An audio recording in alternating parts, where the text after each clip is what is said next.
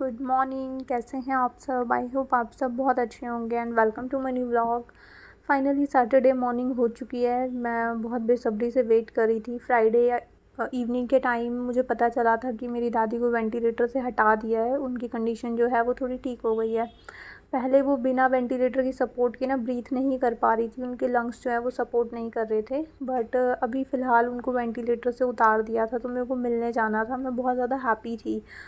तो फ्राइडे को ही मैं निकल गई थी, बट फिर मैं रास्ते से वापस आ गई थी क्योंकि थोड़ा लेट हो गया था और पहुँचते पहुँचते मुझे रात ही हो जाती थी। तो फिर मॉर्निंग में, सैटरडे मॉर्निंग में मैं निकली थी। दोनों मैं और मनीष साथ में निकल गए थे। वो अपना ऑफ़िस के लिए उन्होंने मेट्रो चेंज कर ली थी और मैंने मम्मी के घर के लिए कर ली थी।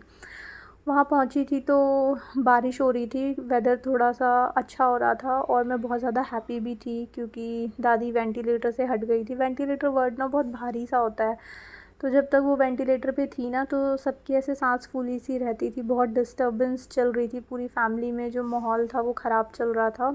और अभी फ़िलहाल सबको बहुत अच्छा लग रहा था। और यहाँ पे मेरा कज़न मुझे पिक करने आ गया था मेट्रो स्टेशन के बाहर ही, क्योंकि मॉर्निंग में जब वो मिलने के लिए गए थे ना, 11 बजे आईसीयू में मिलने का टाइम होता है, तो उसने ना पहले ही बोल दिया था कि दीदी आएंगी तो मतलब 5 मिनट के लिए आप मिलने देना, वो थोड़ा सा दूर से आएंगी, रिक्वेस्ट करने से ना मिलने देते हैं।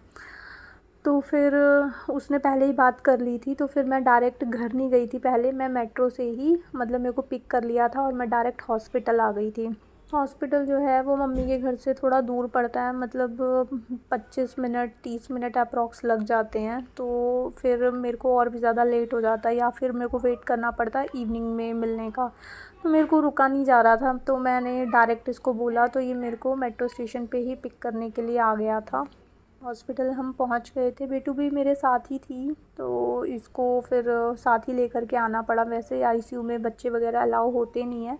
तो हमारा ये डिसाइड हुआ था, मेरी एक और कज़न भी थी साथ में, हमारा ये डिसाइड हुआ था कि हम पहले जा कर के मिल लेंगे और जो मेरा कज़न है, ब्रदर है, वो बाहर इसको लेकर के वेट कर लेगा गाड़ी में और हम मिल कर के आ जाएंगे, क्योंकि वो मॉर्निंग में एक बार मिल चुका है। तो फिर बेटू को लेकर के वो गाड़ी में ही वेट कर रहा था और हम चले गए थे अंदर मिलने के लिए।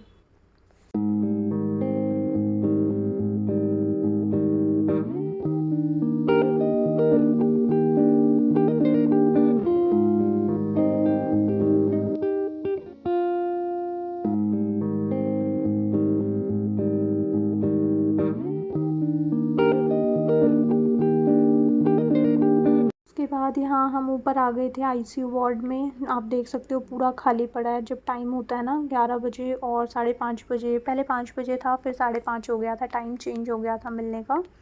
आधा घंटा कर दिया गया था। पहले था कि आप मॉर्निंग में 10 मिनट्स मिल सकते हो और इवनिंग में जो 5 o'clock का टाइम था 10 मिनट्स आप तब मिल सकते हो। उसके अलावा आईसीयू में आपको मतलब किसी को भी अटेंडी को रखा नहीं जाएगा, आपको नीचे वेटिंग रूम में वेट करना है। तो अभी टाइम नहीं था मिलने का किसी का भी, तो इसलिए पूरा जो आईसीयू वार्ड है वो खाली पड़ा था। तो रिक्वेस्ट करने के बाद हमको 2-2 मिनट के लिए मिलने दिया गया और जितनी देर भी हम मिल कर के आए ना, वो सिर्फ हमसे पानी ही पानी मांग रही थी। काफ़ी दिनों से वो वेंटिलेटर पे थी ना, तो उनको मतलब गला एकदम सूखा हुआ था। लिप्स पे ना ऐसे पपड़ी सी जम जाती है ना, सूखापन सा हो जाता है, वैसा सा हो रहा था। बाकी वो बात अच्छे से कर रही थी और सब कुछ मतलब काफ़ी बेटर लग रहा था कि बस अब ये था कि अब वो ठीक हो कर के ना घर आ जाएँ। डॉक्टर से कंटिन्यू हमारी बात चल रही थी, मॉर्निंग इवनिंग हम दोनों टाइम करके जाते थे। देखो यहाँ पे बेटू आई है, मतलब खड़ी है और साथ में मैं भी हूँ।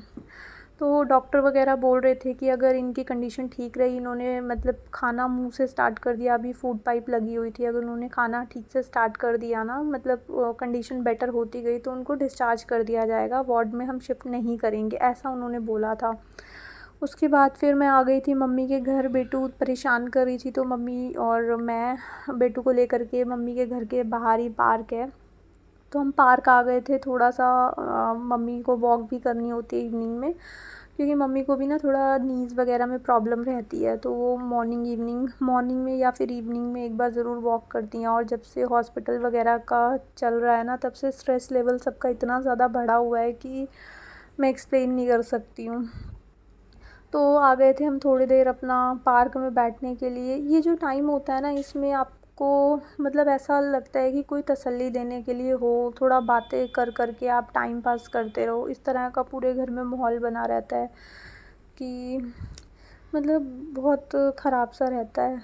और उसके बाद फिर आ गए थे हम पार्क से, ज़्यादा देर नहीं गए थे, 15-20 मिनट के लिए ही गए थे। बारिश आई हुई थी तो पूरा कीचड़ कीचड़ हो रहा था, तो घर हम आ गए थे वापस। और उस टाइम कोई था नहीं, अभी सब आ चुके थे घर पे। और बस ये लास्ट वो डे था, ये सैटरडे की क्लिप थी। और अब मैं आपको मिल रही हूँ नेक्स्ट फ्राइडे, मतलब सैटरडे के बाद मैं आपको एक हफ़्ते के बाद मिल रही हूँ। और वो जो एक हफ़्ता था ना, वो मैं आपको एक्सप्लेन नहीं कर सकती हूँ कि उस बीच में क्या क्या हुआ। मेरी दादी अब नहीं रही हैं, मतलब इतनी सही सिचुएशन उनकी हो रही थी कि उनका डिस्चार्ज का मतलब प्लानिंग हो गई थी। और ये सब होते होते मंडे को मैं पूरा दिन उनके साथ थी।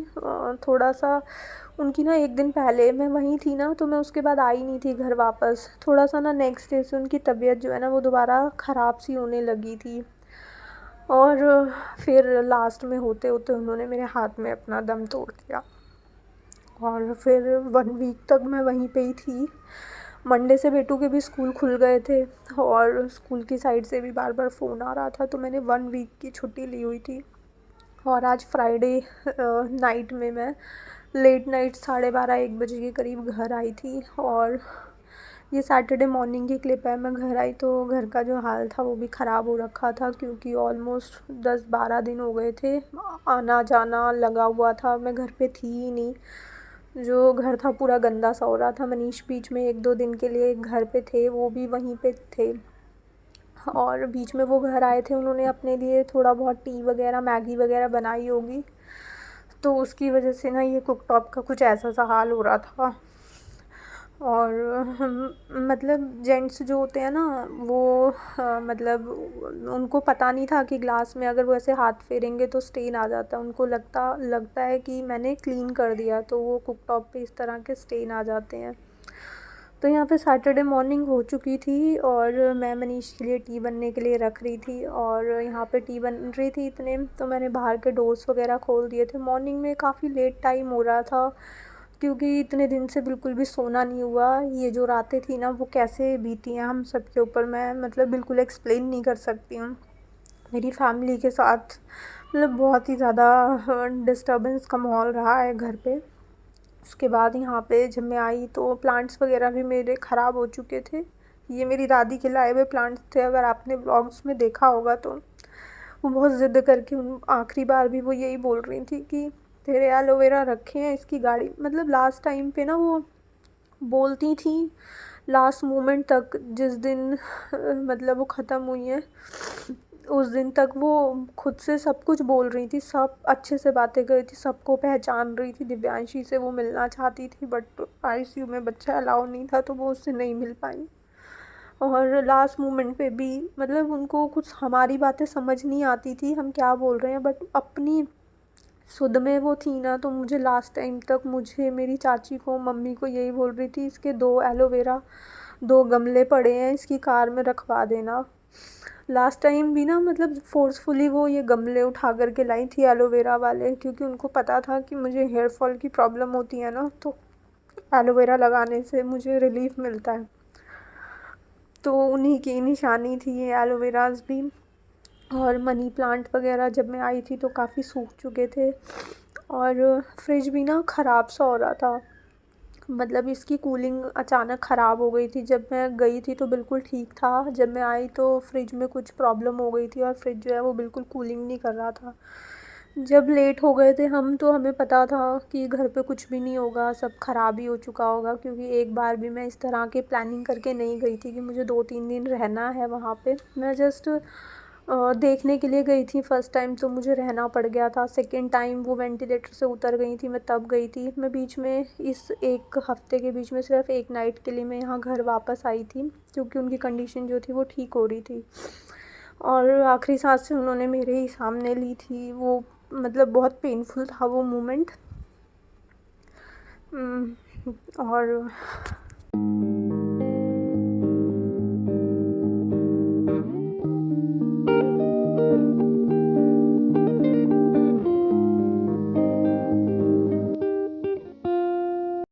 सारे बर्तन भी इकट्ठे हुए हुए थे। जैसे कि मैंने बताया, मनीष बीच में आए थे 1-2 दिन के लिए, तो उन्होंने अपने लिए जो भी छोटी मोटी चीज़ें बनाई होगी तो उसके बर्तन पड़े हुए थे। तो मैंने टी बना दी थी और उसके बाद मेरे को किचन की जो है वो थोड़ी क्लीनिंग करनी थी, ताकि वो नेक्स्ट कुकिंग के लिए रेडी हो सके। इस टाइम पे मतलब मेरी आज तबीयत बिल्कुल भी ठीक फ़ील नहीं हो रही था। मेरे को बहुत ज़्यादा वीकनेस सी हो रही थी, बट किचन को समेटना बहुत ज़्यादा ज़रूरी था। जो भी बर्तन वगैरह थे वो उनको मैं क्लीन कर रही थी, और बस आखिरी टाइम मेरे को बार बार याद आ रहा था कि वो मुझसे बार बार पानी मांगती रही और मैं उनको पानी नहीं पिला पाई। और मैं अपने घर का मतलब फ़र्स्ट बेबी थी मैं, और फर्स्ट बेबी का जो बचपन होता है ना, वो सबको बिल्कुल ऐसे टिप्स पे रटा होता है। जब भी हम बैठ के बात करते हैं ना, तो बचपना हम बताते हैं। मतलब दादी मेरी, उनको मेरे बचपन की ना एक एक चीज़ याद थी कि मैं बचपन में ऐसे करती थी, वैसे करती थी, और मेरे को मेरी दादी से मुझको बहुत प्यार था। इनफैक्ट जब मैं छोटी थी तो मैं उन्हीं के पास ही रही हूँ, उन्हीं के साथ ही सोती भी थी। और आज से 6 महीने पहले तक मैं अपनी दादी के साथ ही रही हूँ। शादी के बाद भी वो मेरे साथ ही रही हैं। वो पूरी लाइफ जितने साल की मैं हूँ, आज तक वो मेरे से कभी दूर नहीं हुई हैं। मैं मतलब हम जो है वो साथ ही रहे हैं। तो बहुत टफ़ था अभी थोड़ा सा इन चीज़ों को एक्सेप्ट करना, बट मेरा यहाँ वापस आना भी ज़रूरी था, क्योंकि अब बेटू के स्कूल्स वगैरह जो है वो खुल गए हैं। वहाँ पे चौथा वगैरह जो था वो निपट गया था, तो अभी सब गेस्ट जो थे वो चले गए हैं। और अभी बीच में मतलब अभी 13वीं वगैरह और जो भी लास्ट सब होता है उसमें मेरे को दोबारा जाना है। और आई एम सॉरी गाइज़, मेरे को समझ नहीं आ रहा मैं वॉइस ओवर में क्या बोल रही हूँ, क्या नहीं बोल रही हूँ। आई होप आप इस फीलिंग को समझ पाओगे।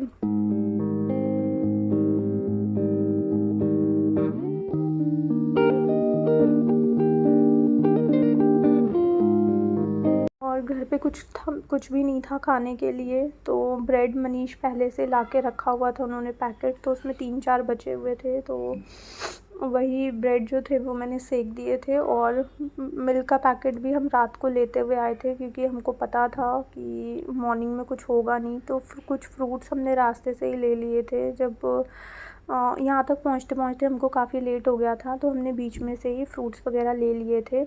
और जब टी बना रही थी ना, तो मिल्क का मॉर्निंग में पैकेट जो था वो फट गया था, क्योंकि मैंने बताया ना फ्रिज जो था हमारा सडन पता नहीं क्या प्रॉब्लम आ गई। मैं आई तो फ्रिज यहाँ पे ख़राब हुआ था। जब मैं बीच में एक रात के लिए आई थी ना, तो मैं पूरा फ्रिज जो है वो क्लीन करके गई थी। उस टाइम फ्रिज जो था वो वर्किंग था, बट अभी आई थी तो वो फ्रिज ख़राब हो चुका था। उसके बाद मनीष ऑफ़िस के लिए निकल गए थे, और जाते जाते मेरे को एक मिल्क का पैकेट और एक टी कर्ड का पैकेट दोबारा से लेकर के दे आए थे, मतलब लेकर दे कर के गए थे।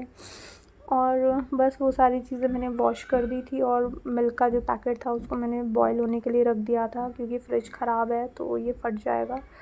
बॉयल होगा ना तो थोड़ा टाइम चल जाएगा। और फ्रूट्स वगैरह भी मैंने सारे वॉश कर दिए थे। वाटरमेलन वगैरह रात को ले लिया था।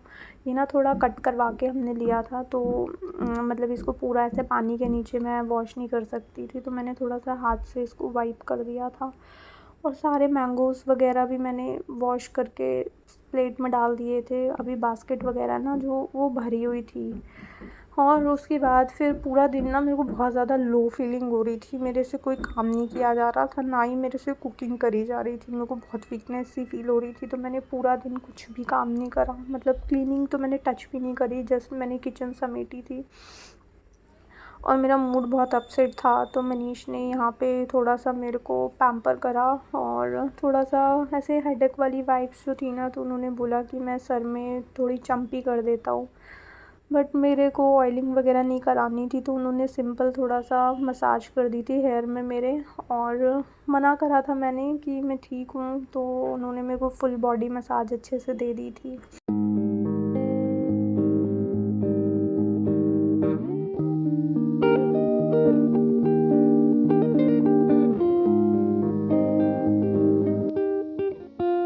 बस आज का व्लॉग मैं यहीं पे एंड करती हूँ। आई होप आपको ये व्लॉग अच्छा लगा होगा। अगर आपको ये व्लॉग अच्छा लगे तो इसको लाइक शेयर एंड सब्सक्राइब ज़रूर करना। मिलेंगे एक न्यू वीडियो में। Till then take care friends, bye bye.